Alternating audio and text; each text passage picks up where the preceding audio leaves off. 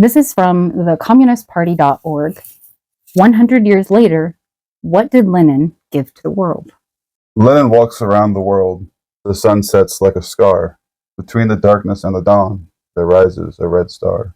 The world is a better place because of Vladimir Lenin, an outstanding 20th century working-class leader and revolutionary. He helped change history. The revolution in St. Petersburg, which Lenin helped lead in 1917, opened the door to a new era. The impulse first set in motion by the October Revolution lives on, even 100 years after his death. The world revolutionary process continues to unfold a century later, at times by fits and starts, at others almost standing still, then explosively, rapidly, with all the force of a social hurricane. This remains the epoch of the revolutionary transition from capitalism to socialism. Setbacks, contractions, and reversals notwithstanding, as Lenin himself once observed, the socialist revolution is not a single act, but a series of acts over an entire historical period. Without October, the very concept of working-class rule, the idea that ordinary workers are enough, that they possess everything needed to create a new just world, would remain a distant dream. Without October, Asia might never have awakened, the chains of colonial rule binding Africa might never have been broken, and Europe might still lay claim to all of Latin America as its special province. Yes, the stirrings of anti-colonial, anti-racist, anti-imperialist struggle were set in motion, not necessarily casually, but deliberately, willfully, across an oppressed and anguished planet. The reverberations were no less felt in the coal fields, steel towns, and garment sweatshops of these United States. African-American soldiers leaving the battlefields of World War I and fleeing the lynch mobs of Made in America reaction in Poles, Russians, Irish, Italians, and Jews pouring through the gates of Ellis Island, all heard the resounding crash when the walls of the Winter Palace came tumbling down in Petrograd. It was then a self-described socialist of the path became, according to Paul Robeson, an advocate of socialism as a way of life. W.E.B. Du Bois, who later became Robeson's close friend, declared after visiting Soviet Russia, "I may have been partially misled and misinformed, but if what I have seen is Bolshevism, I am a Bolshevik." More than any other figure, Lenin helped birth the modern communist movement. The young Lenin early on grasped the scientific socialism developed by Engels and Marx, which he saw as a way to understand and change the world. A defender of the Marxist worldview, Lenin managed to creatively add to and develop the communist outlook. Already his two tactics, in embryonic form, stressed what came to be known as the United Front concept, the absolute necessity of a broad front led by the working class to defeat reaction. Here, Lenin resolutely challenged the left posturing of those Marxists who had feared an alliance with capitalists against a greater enemy, arguing again and again that the working class must lead the battle for democracy.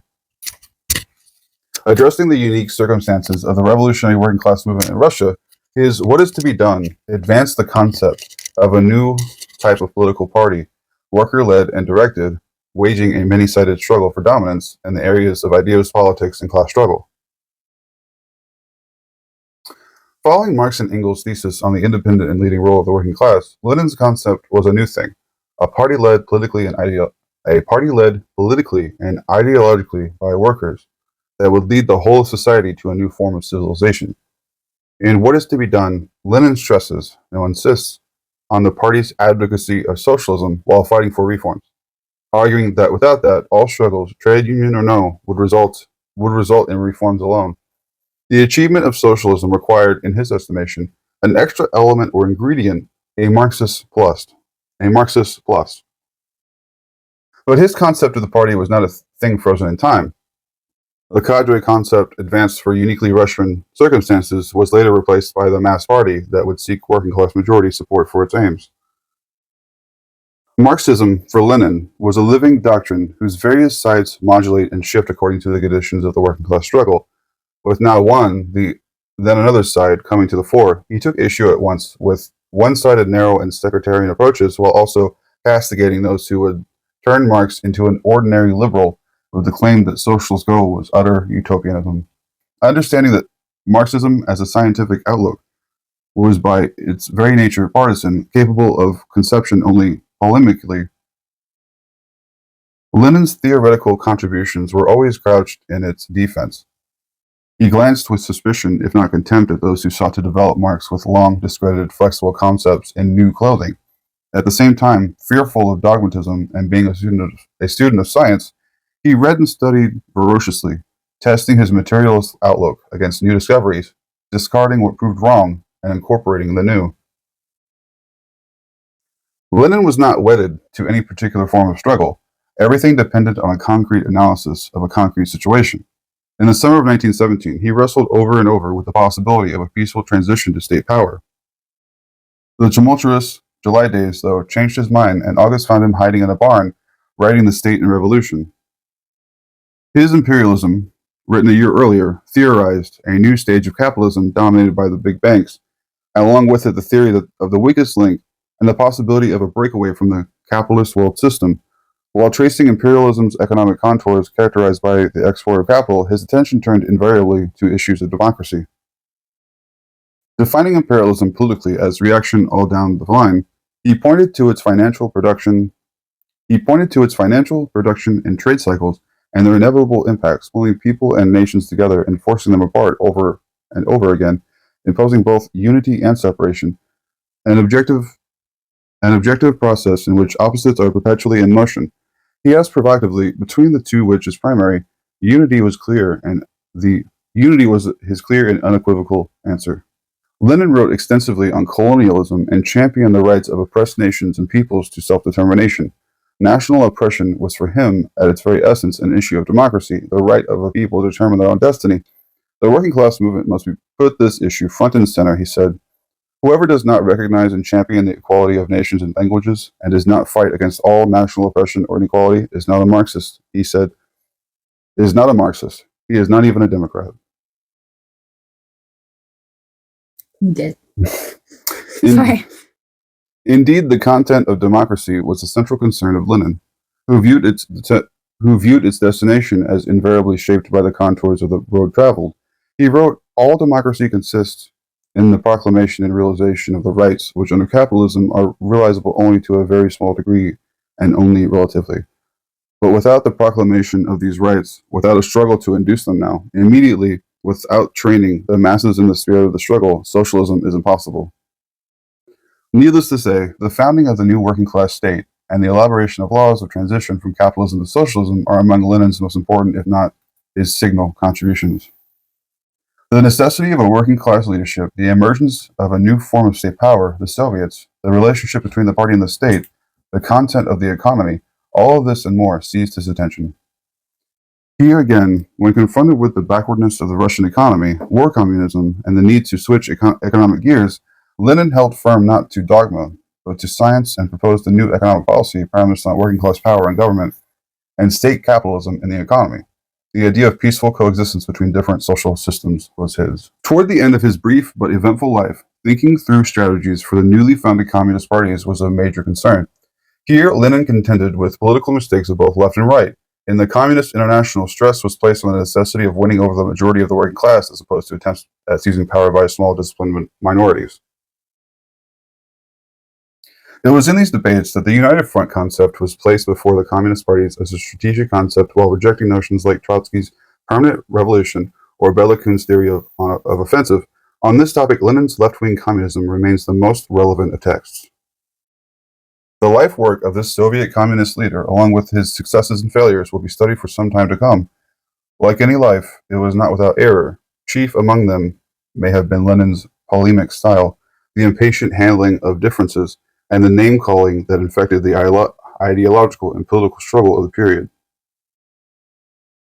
With respect to the United States, the posing of the African-American population as a nation was an error, as was the application of the labor aristocracy thesis as the sole explanation for the slow and hesitant growth of class and socialist consciousness, and underestimation of the influence of racism and what Du Bois termed the psychological wage of whiteness. But these issues, while important, pale somewhat in relation to the main challenge to Lenin's legacy, the idea following Pleshkanov that the Russian Revolution was premature and incapable of holding its own. It's true that the leaders of the Russian Revolution themselves held definite trepidations regarding possible outcomes, hoping for a revolution in the West to come to the aid of the struggling young Soviet Republic. In fact, Lenin bet on it, but the uprising in Europe failed to materialize. Yet, despite this miscalculation, the revolution survived, albeit at tremendous cost. Still, for 74 years, the Soviet Union attempted a model of socialism that made many advances, providing invaluable lessons, and its collapse was not inevitable. Lending credence to this view are the experiences of Cuba, China, and Vietnam, nations that have found novel paths for pursuing the socialist goal premised on working class leadership of the state. They may not have arrived quite yet, but the quest is ongoing and is helping reshape the planet. The world today, in many respects, is quite different from the one Lenin departed almost a century ago. Climate change, global pandemics, changes in the very composition of the working class, growing right-wing power, artificial intelligence, social networks, and the 24-hour news streams all impact the very forms and conditions of the struggle. The struggle for democracy, always at the very center of Lenin's understanding of class struggle, has become even more acute. At stake here is the need to reject narrow concept of working class power, forced marches, administrative shortcuts, and short-sighted attempts to control information flows. The means of achieving, to say nothing, of shaping working class rule will inevitably determine its end. This includes models of leadership and insistence on collectivity and regular replenishing of collective bodies. If ever working class majorities needed to be won to the socialist cause, is it not today? Must not education, culture, debate, in other words, the battle of ideas, assume an equal place with all other forms of struggle? Should not a critique be made with respect of the very choice of weapons, making the weapons of choice strikes, occupation, boycotts, mass campaigns, and yes, the ballot? Late-stage monopoly capitalism is indeed reaction all down the line, as borne out by the rise of global fascism, with all of its racism, sexism, and homophobia today spurred on, not so much by the need to crush the imminent rise of a socialist power, as by transnational capital's increasing inability to maintain the rate of profit and resolve in its internal contradictions. National hatreds, too, are prisons that hold people's minds captive but must be broken. This is as true as today as it was 100 years ago, and fighting for peace in Gaza, in Ukraine, in Yemen, and everywhere is just as urgent for now as it was for the Bolsheviks in the early years of the last century. The answer to it all is democracy, democracy, and more democracy. Democracy now. Sorry. I'm sorry.